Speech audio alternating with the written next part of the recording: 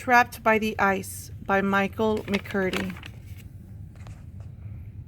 October 27th, 1915.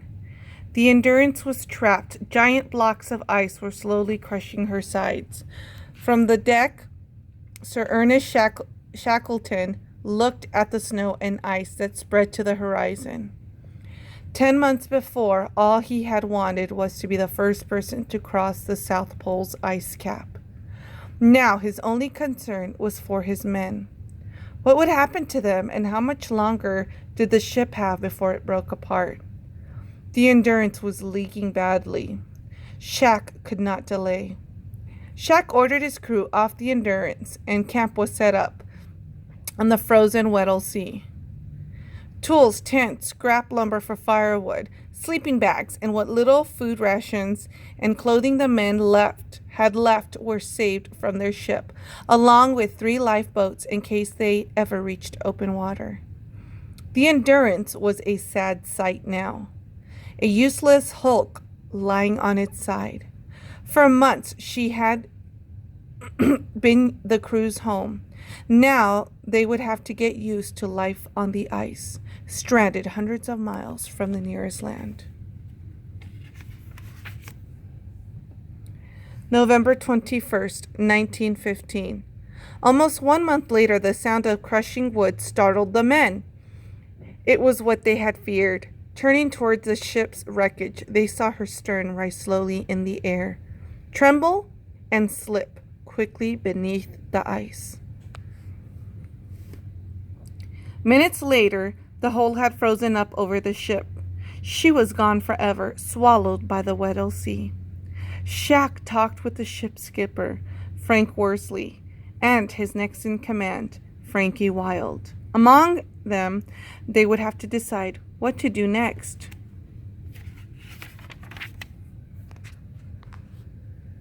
Executing their plan would be difficult. By pulling the lifeboats loaded with supplies, they would try to cross the barren ice to open water. If they made it, they would use the 3 boats to reach the nearest land. Shack studied the unending snow and ice ahead of him. Was it possible? Each boat was mounted on a sledge. Harnessed like horses, the men pulled, 1 boat at a time. Pulling 2,000-pound loads was hard work.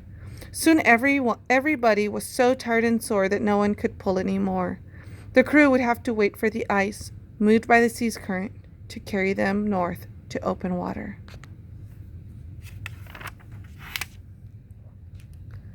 Over the next few months, food was always a concern, and it was Tom Ord Lee's job to find it.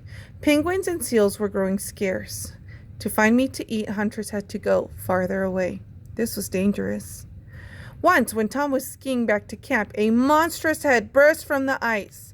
A giant sea leopard lunged at Tom, only to slip quickly back into the dark water, stalking Tom from below, as sea leopards do when they hunt penguins. Tom tripped and fell. The huge animal lunged again, this time springing out of the water and right onto the ice. Back on his feet, Tom tried to get away. He cried for help, and Frankie Wild rushed over from camp carrying a rifle. The sea leopard now charged Frankie, who dropped calmly to 1 knee, took a careful aim, and fired 3 shots. The sea leopard fell dead. There was plenty to eat for days afterward.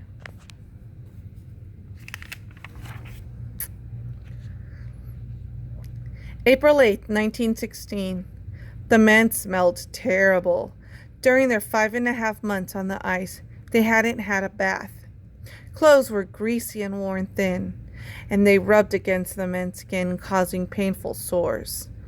Hands were cracked from the cold and wind, and hunger sapped everyone's strength. By now, the ice floes were breaking up into smaller and smaller pieces all around the men as they drifted closer to the edge of the polar sea. Shack thought it was a good time to launch the lifeboats, rigged with small canvas sails. He knew his men would not all survive the grueling 800-mile open boat journey to the whaling station on South Georgia Island, so he decided to try to reach Elephant Island first.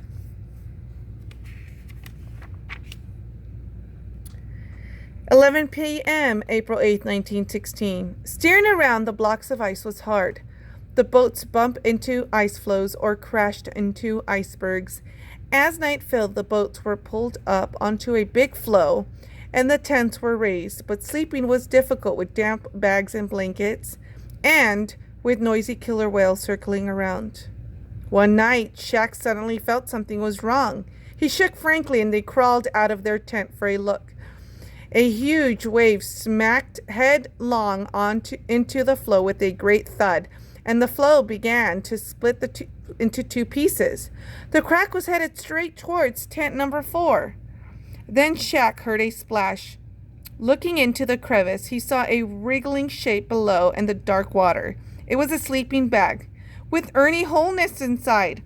Shaq acted quickly. Reaching down, he pulled the soggy bag out of the water with a mighty jerk.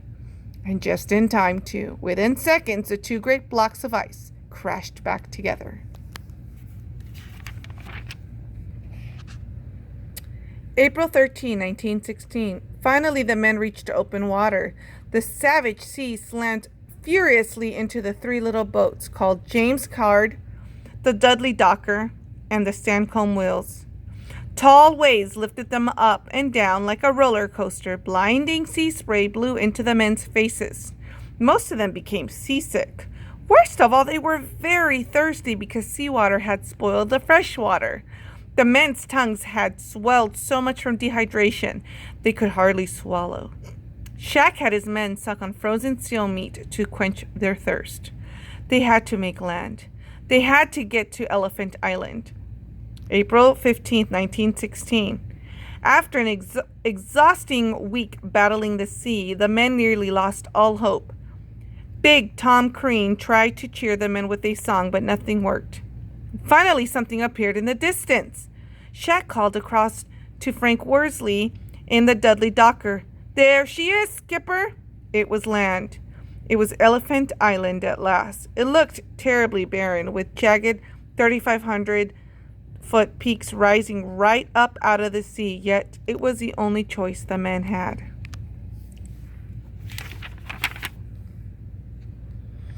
April 24th, 1916. Elephant Island was nothing but rock, ice, snow, and wind. Tents were pitched but quickly blew away. Without resting, Shaq planned his departure for South Georgia Island. There he would try to get help. 22 men would stay behind while Shaq and a crew braved the 800-mile journey in the worst winter seas on Earth. The 5 ablest men were picked: Frank Worsley, Big Tom Crean, the carpenter Chippy McNeish, and 2 seamen, Tim McCarthy and John Vincent. With frozen fingers and a few tools, Chippy prepared the Caird for the rough journey ahead. Only 9 days after the men had first sighted the deserted island, Shaq and his crew of 5 were on open water once again.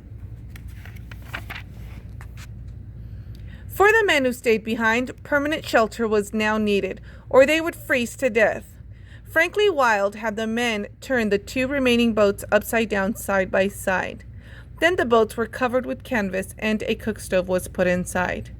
The hut was dark and cramped, lit only by a burning wick. And something happened that the men had not expected. Heat from their bodies and the stove melted the ice under them, as well as piles of frozen bird droppings left for years by the frigid birds and penguins. The smell was terrible. Day after day, the men looked toward the sea, wondering if Shaq would make it back to rescue them. How long would they be left there? Was Shaq all right? May 5th, 1916. The Caird made her way through the storm-tossed seas, while Shaq and his men drank rancid seal oil to prevent seasickness. The ocean swelled and hissed and broke over the small boat as the men worried about the terrible graybeards found in these waters. Graybeards are monstrous waves that come quietly and quickly, threatening everything in their path. The men had to battle to keep the boat free of ice, because any added weight might sink the Caird. Suddenly, Shaq screamed from the tiller. The men turned around to face the biggest wave they had ever seen. It was a graybeard. The boat shuddered on the impact as a mountain of water spun it around like a top. Water filled the Caird while the men bailed furiously. Jagged rocks in her hull, which Chippy had used to keep the boat from capsizing, saved the day. May 10th, 1916. Finally, after 17 grueling days at sea, young McCarthy shouted, "Land ho!" South Georgia Island lay dimly ahead. The whaling station was on the other side of the island, but the men had to land now or die. Their fresh water was gone, and they were too weak to battle the sea to the other side of the island.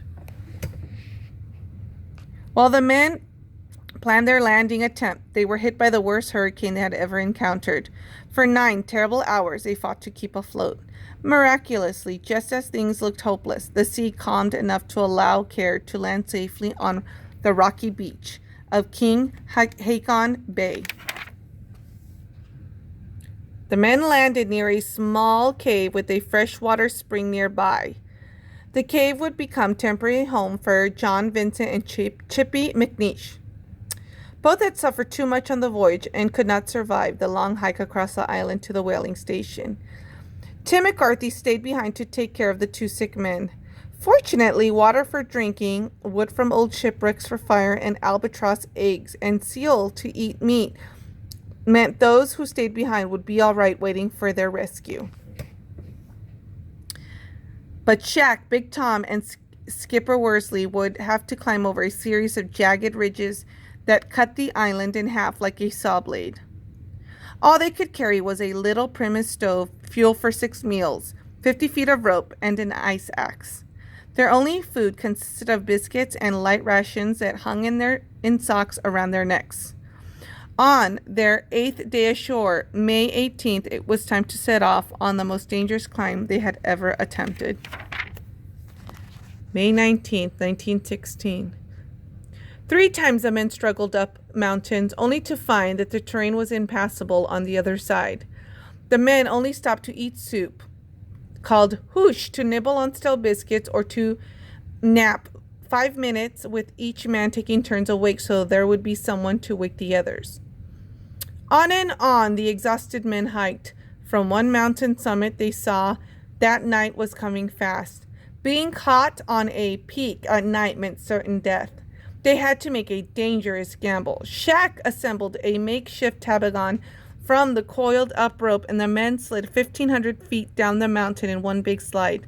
Despite the perilous landing, they couldn't help but laugh with relief after they crashed unhurt into a large snowbank. The men had survived the long slide, but danger still lay ahead. They had been hiking for more than 30 hours now without sleep.